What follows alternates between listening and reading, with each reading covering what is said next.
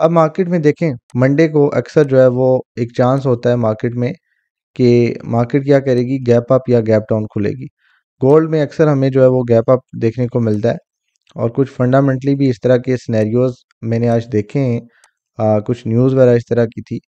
तो उस हिसाब से मुझे लगता है कि मार्केट हो सकता है कल के दिन जो है वो गैप अप खुले। अब गैप अप भी अगर खुलती है मार्केट, तो सपोज करें मार्केट यहाँ से ओपन होती है, इसकी क्लोजिंग कितने पे है, 65 पे है। लाइक मार्केट 69 68 पे ओपन हो जाती है यहाँ पे इस तरह। ठीक है, तो मार्केट क्या करेगी, थोड़ा ऊपर जा सकती है एंड उसके बाद इस गैप को फिल करने लाजमी आएगी और गैप फिल करके या तो वापस ऊपर की तरफ निकलेगी या मार्केट अपनी इसी डायरेक्शन में जो है वो कंटिन्यू करेगी और हमारे जो टीपीज हैं 47 से लेके 50 वाला ये जो टारगेट है, ये टारगेट हमें मार्केट जो है आज कल के दिन दे सकती है। अब हम बाय की तरफ देखेंगे, बाइंग हमने किस कंडीशन में और कहाँ से करनी है। ठीक है, अब हम बाइंग की तरफ चलते हैं। सेलिंग की मैंने दो पॉसिबिलिटीज आपको बता दी हैं। पहली चीज़ ये कि मार्केट का ये पीवट पॉइंट है 69, मार्केट इस एरिया से फेयर वैल्यू गैप उठा के सेलिंग में जा सकती है। यहाँ पे फेयर वैल्यू गैप में आएगी मार्केट और यहाँ से अगर फेयर वैल्यू गैप उठाती है तो हम छोटे टाइम फ्रेम पे जाके M15 पे जाते हैं और मैं प्रॉपर आपको सेटअप दोबारा दिखा देता हूँ। देखिए ये फेयर वैल्यू गैप वाला एरिया हमारा और ऊपर जो है ये वाला एरिया हमारा किसका है, ये रिट्रेसमेंट वाला है। एंड साथ में ये देखें, ये हमारे पास क्या था, ये क्या था पहले, ये एक तरह का सप्लाई जोन था। ठीक है, मार्केट यहाँ से गिरी थी, अगेन इसी सप्लाई जोन में गई है, उसके ऊपर से लिक्विडिटी स्वीप की और दोबारा नीचे आ गई। ठीक है, तो अब यहाँ पे हमारे पास कुछ ऑर्डर ब्लॉक भी पड़ा हुआ है। अगर ऑर्डर ब्लॉक देखें तो हमारे पास ये तकरीबन ऑर्डर ब्लॉक भी है और साथ में हमारे पास ये POI भी बन रहा है। ठीक है, M15 का। ठीक है, POI बन रहा है एंड यहाँ पे हमारे पास ये ऑर्डर ब्लॉक भी बन रहा है। कौन से टाइम फ्रेम का, M15 का। M15 का POI प्लस ऑर्डर ब्लॉक आ गया और साथ में नीचे क्या था, ये सप्लाई जोन था, मार्केट गिरी, अगेन ये डिमांड जोन आ गया, दोबारा मार्केट से सप्लाई जोन में गई और दोबारा यहाँ से जो है मार्केट फॉल करती है। अब सेल के चांसेस जो हैं वो मैं दोबारा आपको बता देता हूँ। मार्केट सपोज करें यहाँ से ओपनिंग करती है, इस एरिया में जाती है और यहाँ से जो है सेल का चांस हमारे पास, एक सेल की पॉसिबिलिटी जो है वो बन सकती है और यहाँ से हम शॉर्ट पोजीशन ओपन करेंगे। स्टॉप लॉस हमारा ये वाला होगा तकरीबन और यहाँ से हम लोग सेलिंग करेंगे एंड यहाँ तक हम अपनी ट्रेड को होल्ड कर सकते हैं। दूसरी चीज़ ये है कि अगर मार्केट आपको इस एरिया में नहीं मिलती, इस एरिया को ब्रेक करके ऊपर चली जाती है, तो अगली पॉसिबिलिटी हमारे पास होगी यहाँ से सेल करने की, क्योंकि ये गोल्डन फिब रिट्रेसमेंट है, साथ में पॉइंट ऑफ इंटरेस्ट है और ऑर्डर ब्लॉक है M15 का। तो मार्केट क्या कर सकती है,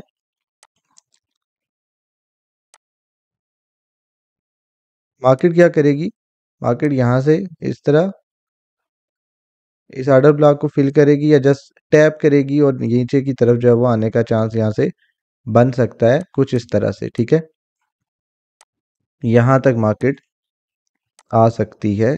इस ऑर्डर ब्लॉक को फिल करने के बाद, पॉइंट ऑफ इंटरेस्ट को टेस्ट करने के बाद, फेयर वैल्यू गैप फिल करने के बाद और साथ में हमारे पास यहाँ पे क्या पड़ा हुआ है, फिब रिट्रेसमेंट भी पड़ी हुई है। ठीक है, तो यहाँ से फिर हम सेलिंग करेंगे, शॉर्ट पोजीशन ओपन करेंगे और हमारा जो SL होगा वो तकरीबन यहाँ 81 82 का तकरीबन होगा और यहाँ से हम लोग सेलिंग करेंगे। तो हम TP अपना यहाँ तक भी रख सकते हैं, ये जो हमारे पास बुलिश ऑर्डर ब्लॉक आ रहा है 57 से 58 तक, और मज़ीद अगर आप अपनी ट्रेड को होल्ड करना चाहेंगे तो यहाँ तक 47 से लेके 50 तक भी अपनी ट्रेड को होल्ड कर सकते हैं। ये हमारे पास आ गई सेलिंग की पॉसिबिलिटी। ठीक है, ये आ गई सेलिंग की पॉसिबिलिटी। अब हम चलते हैं बाइंग की तरफ और देखते हैं कि बाइंग हमने कहाँ कहाँ से करनी है। दूसरी चीज़ ये है, H4 का हमारे पास ये फेयर वैल्यू गैप पड़ा हुआ है 85 से लेके 2200 तक और फेयर वैल्यू गैप हमारे पास है, गोल्डन फिब रिट्रेसमेंट है तकरीबन 88 से लेके $2200 तक। ठीक है, ये हमारे पास गोल्डन फिब रिट्रेसमेंट है H4 का और ये हमारे पास फेयर वैल्यू गैप है। ये बड़े टाइम फ्रेम पे है तो डेफिनेटली इसको फिल करने भी मार्केट को 1 2 3 दिन लग सकते हैं, डिपेंड करता है मार्केट में मोमेंटम किस तरह का है। अच्छा, अब बाइंग की पॉसिबिलिटी कहाँ से बन सकती है। बाइंग पहली चीज़ तो ये है कि मार्केट का ये हाई है 88 और लो अगर देखा जाए वो है जी 57।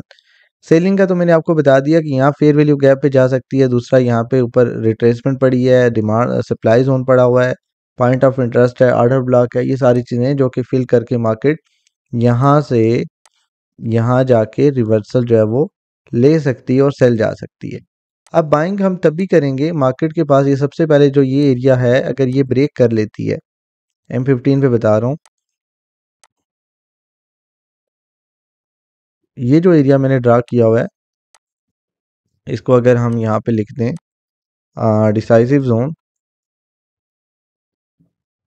तो गलत नहीं होगा, क्योंकि यही जोन जो है ये फैसला करेगा कि मार्केट की डायरेक्शन बुलिश रहेगी कल के दिन या मार्केट की डायरेक्शन जो है यहाँ से बेरिश रहेगी। तो ये जोन बहुत इंपॉर्टेंट है, इसका आपने ख्याल करना है। ये कौन सा है? 72 से लेके 75 का। अच्छा, दूसरी चीज़ हमने D1 में हमने एक और चीज़ देखी थी 69 क्या है हमारे पास? Pivot point. तो हम पिवट पॉइंट की बेस पे अगले दिन की इस तरह से मार्केट की अजम्पशन कर सकते हैं कि अगर मार्केट उस पिवट पॉइंट के नीचे रहती है मींस कि मार्केट सेलिंग की तरफ जाएगी, और अगर उस पिवट पॉइंट के ऊपर रहती है तो हम ये अज्यूम कर सकते हैं कि मार्केट अब बाइंग की तरफ रहेगी। तो हमने क्या करना है, बड़े टाइम फ्रेम पे H1 में H4 पे इसकी बेस पे भी क्लोजिंग देख सकते हैं कि मार्केट की क्लोजिंग H4 में कहाँ पे हो रही है, H1 में कहाँ पे हो रही है। स्पेशली आपने एशियन सेशन में देखना है कि एशियन सेशन में मार्केट क्या करती है, मैनिपुलेट करती है या एक्सपेंड करती है। तो मैं जो एक्सपेक्ट कर रहा हूँ मार्केट को, मार्केट थोड़ा सा जो यहाँ से फेयर वैल्यू गैप उठा के भी डाउन आ सकती है। और दूसरी चीज़ ये है कि मार्केट डिसाइसिव जोन में जाके यहाँ पे क्योंकि पॉइंट ऑफ इंटरेस्ट और ऑर्डर ब्लॉक भी है, इसको जस्ट टैप करेगी और डिसाइसिव जोन से कुछ ऑर्डर्स भी उठा सकती है, क्योंकि ये एक तरह का सप्लाई जोन पड़ा हुआ है। ठीक है, तो इस सप्लाई जोन से ऑर्डर्स उठा के भी मार्केट के नीचे आने के चांसेस हैं। लेकिन अगर मार्केट इस डिसाइसिव जोन के ऊपर क्लोजिंग दे देती है यहाँ पे, देन सिनेरियो चेंज हो जाएगा और यहाँ से फिर हम सेलिंग से निकल के बाइंग की तरफ ही देखेंगे और बाई की ट्रेड फाइंड करने की कोशिश करेंगे। ठीक है, ये डिलीट कर देता हूँ, फिर मैं आगे आपको बाइंग की पॉसिबिलिटीज बताता हूँ कहाँ से हमने बाइंग करनी है। अब ये जो डिसाइसिव जोन है अगर इसके ऊपर सपोज करें मार्केट क्लोजिंग दे देती है, मार्केट यहाँ से ऊपर जाके इसके ऊपर यहाँ पे क्लोजिंग दे देती है मार्केट की, देन यहाँ पे हम देखेंगे कि मार्केट का स्ट्रक्चर बिहेवियर यहाँ पे अप्लाई करेंगे। स्ट्रक्चर बिहेवियर में क्या चीज़ है? मार्केट की स्ट्रेंथ, मार्केट की वीकनेस। सो देन यहाँ से हम बाइंग की तरफ देख सकते हैं और मार्केट के कहाँ तक जाने के चांसेस हैं। ऊपर जो हमारे पास H4 का fair value gap plus golden fib retracement है, तो इस एरिया में मार्केट जाएगी और यहाँ से जाके फिर डिसाइड करेगी कि इसने इसको कंटिन्यू 2200 को तोड़ के ऊपर जाना है या यहाँ से जो है फिब रिट्रेसमेंट को टेस्ट करके वापस नीचे की तरफ जो है वो मार्केट ने गिरना है। तो हमने क्या किस चीज़ का ख्याल करना है? सबसे पहली चीज़ डिसाइसिव लेवल जोन जो है इसका ध्यान रखिएगा। दूसरी चीज़, अगर ये फेयर वैल्यू गैप फिल करके मार्केट को रिवर्सल का साइन देती है तो यहीं से हम लोग सेलिंग करेंगे। अगर ये फेयर वैल्यू गैप को ब्रेक करके ऊपर जाती है तो डिसाइसिव जोन और POI और OB को जैसे ही मार्केट टेस्ट करेगी तो यहाँ से भी हमने कोई रिवर्सल का साइन देखना है, तो ये भी हमारे पास एक सेलिंग की पॉसिबिलिटी यहाँ से भी बन सकती है। और जो यहाँ पे बाकी चीज़ है वो ये है कि डिसाइसिव जोन ब्रेक कर देती है मार्केट, तो यहाँ से हम लोग फिर जो है बाइंग की तरफ बैठेंगे और तकरीबन हमारे टारगेट्स जो है वो इस एरिया के होंगे जो ये फेयर वैल्यू गैप पड़ा हुआ है 2200 से लेके, और मिनिमम टारगेट भी अगर देखा जाए तो वो हमारे पास ये 85 और ऊपर 89, क्योंकि गोल्डन फिब रिट्रेसमेंट है, और ऊपर जो है जो इसका मैक्सिमम जो हाई पॉइंट है वो है जी $2200। तो यहाँ तक हम अपनी बाइंग ट्रेड को होल्ड कर सकते हैं। तो ये कुछ एनालिसिस हैं जो कि डेली टाइम फ्रेम की बेस पे भी बताई हैं, H4 की बेस पे, H1 और M15 की बेस पे बाइंग और सेलिंग के कुछ सेटअप्स बताएं। आई होप आप इन चीज़ों पे अमल करेंगे और अपनी ट्रेड को कल के दिन इन तमाम चीज़ों को अपनी ट्रेडिंग में अप्लाई करेंगे, सीखेंगे, समझेंगे और अपनी ट्रेड्स को कल के दिन अच्छे से जो है वो मैनेज कर सकेंगे। एट द एंड यही कहना चाहूँगा कि अपने रिस्क मैनेजमेंट को जो है वो बेहतर करें।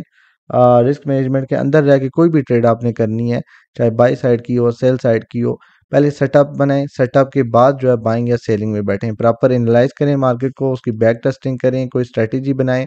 स्ट्रैटेजी बनाने के बाद, मार्केट को एनालाइज करने के बाद, प्रॉपर सेटअप बनाने के बाद जब आप TP और SL डिसाइड कर लें उसके बाद एंट्री लें। एग्रेसिव एंट्री से हमेशा अवॉइड करें और प्रॉपर मार्केट को फंडामेंटली या टेक्निकली देखने के बाद ही एंट्री लें।